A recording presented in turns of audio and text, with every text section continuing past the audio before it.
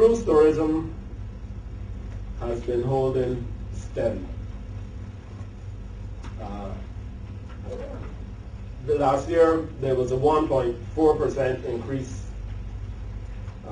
compared with a 3% decrease in the previous year. As you know, the cruise business has been boosted by the introduction of the mega vessel Oasis, and there are several other mega vessels in the pipeline. And it is expected that the cruise lines will continue to market aggressively as they're stuck with increased supply through increased orders which were placed before the actual economic crisis struck. Accommodation performance, while weak in terms of the average room revenue and in terms of occupancy and so on, has been improving as well.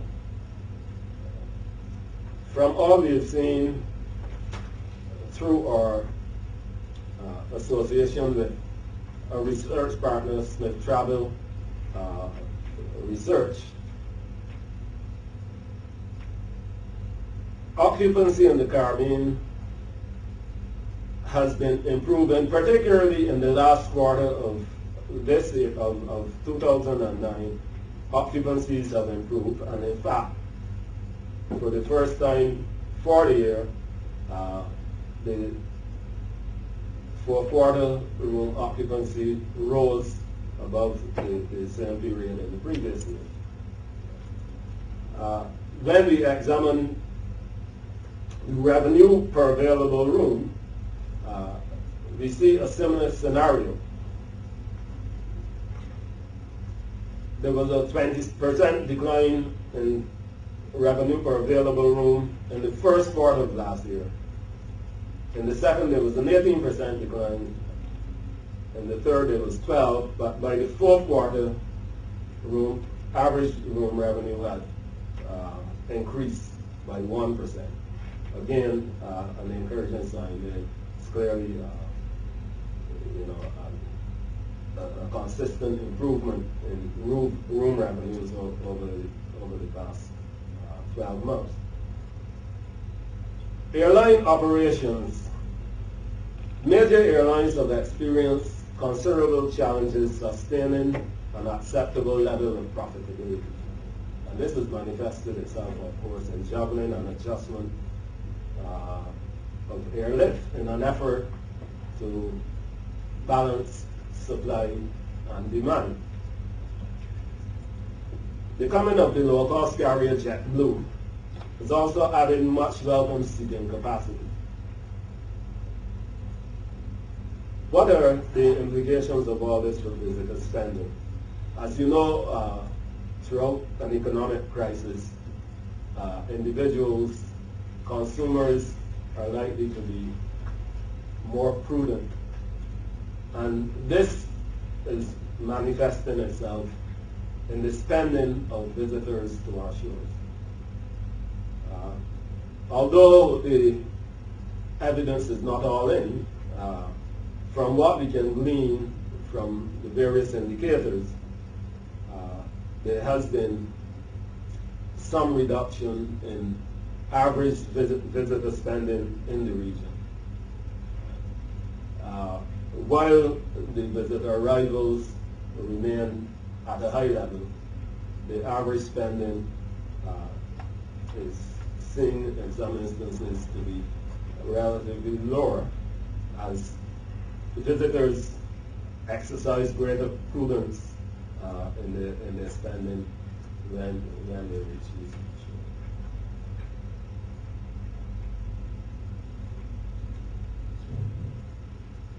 The air passenger duty. The air passenger duty is a tax introduced by the British government. This tax has actually been in existence for some time, but last year it was decided that the tax will be increased. Why is that of interest to us? The tax, as it is proposed and has in fact been initiated and implemented, the increases we see as onerous in some cases and as having the potential to negatively impact on arrivals to the Caribbean, visitor arrivals from the UK to the Caribbean, and particularly to impact on visitor arrivals to the Eastern Caribbean, the destinations most patronized or historically patronized by the British visitors. The tax is based on the distance from the UK to the capital of a particular country. And it so happens that in the case of the Caribbean, we fall into a band which makes the tax heavier on the Caribbean than on some competing destinations like Hawaii, the western seaboard of the USA, and so on, Alaska. They're actually paying lower levels of tax under the AFPD than the Caribbean, although Hawaii is over 3,000 miles farther away from London than anywhere in the Caribbean. So we have taken steps to do what we can to ensure that that tax, that situation is addressed. Because from our research, what we have seen is that the demand for air travel out of the UK is quite elastic. We've done some research which has shown that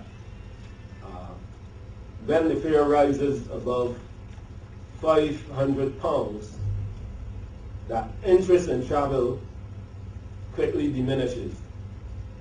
Now, to this extent, we've got to be very careful to ensure that the airfares are affordable to those who would normally visit from the UK.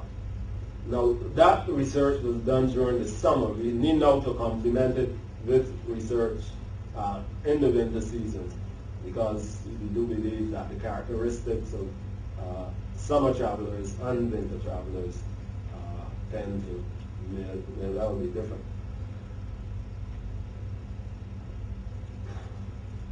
What do we see going forward?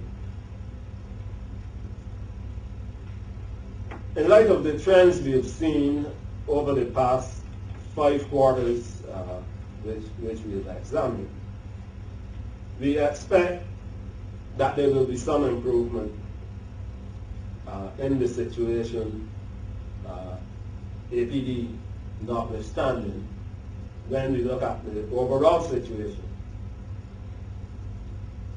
I don't want to downplay the importance of the APD or the negative impact it will have, because, as I said, that impact will fall fairly and squarely, or squarely, maybe not fairly,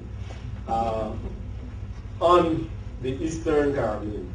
Right? So we need to pay a great deal of attention to stay in that situation. But we are seeing improvements in consumer confidence in North America. And next year, we are expecting a major sporting event in the ICC 2020 competition, which will be hosted this year actually, in April this year, May this year. And that is expected to attract some additional business, which will tend at this time as a short-term measure to countervail some of the negative impacts which we are seeing due both to the economic depression and the APD. Conservatively, we would therefore expect, as far as visitor arrivals are concerned, maybe a 2 to 3% improvement during this coming year.